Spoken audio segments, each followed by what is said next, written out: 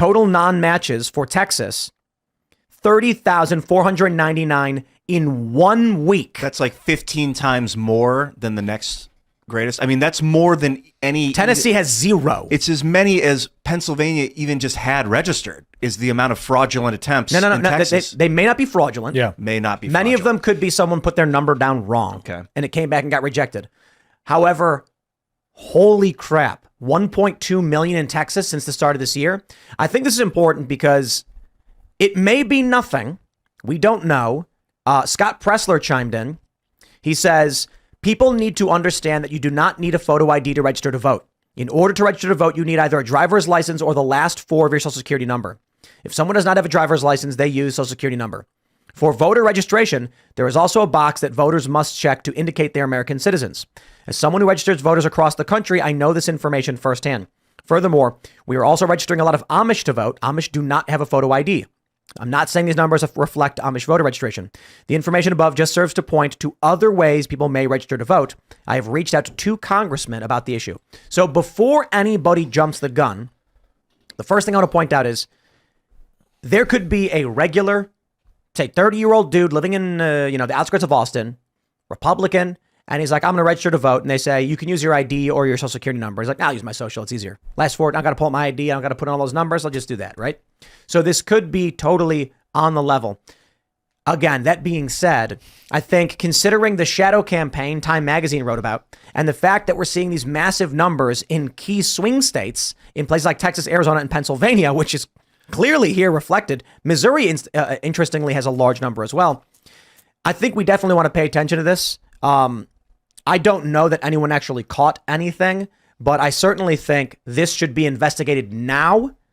Yeah, the Social Security I also don't think it will be. This is what I'm wondering. If I'm in Texas and I'm like, hi, my name is Nick Freitas, and I have your social somehow. And I'm like, and these are the last 4 digits of my Social Security number, and I vote this way.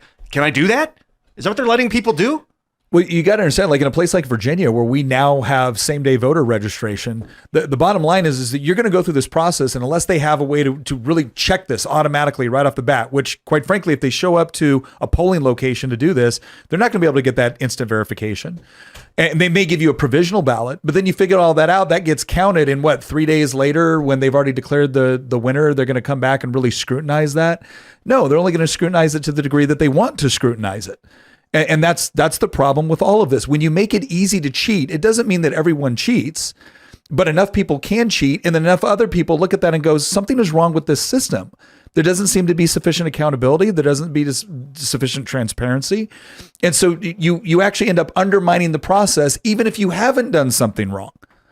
And I think it's only going to get worse, especially when you're looking at a place like Texas. I mean, it's interesting that we live in a culture and society that says there has to be a nefarious reason that this looks out of whack, right? Mm-hmm. Like, we are aware enough now that there are errors that occur in voter registration and that some people may benefit from that. Mm-hmm. And I think that fear is going to, you would hope that it would drive people to the polls. So it's something's wrong, I've got to act. On the other hand, when you look at a number like 30,000 in Texas, when other states haven't registered anybody, it looks extremely odd, especially given the situation at the border, which Texas has to respond to. 190,000. The 30,000 is just the people that came back. Right. I don't. So you're saying, Nick, like, because it's at a polling station, they don't have enough time or equipment to to verify if I give them a social and a fake name? So obviously with Texas, we're talking about March, right? So they're going to the DMV or wherever it is in order to register. Each state is a little bit different on how you're going to register.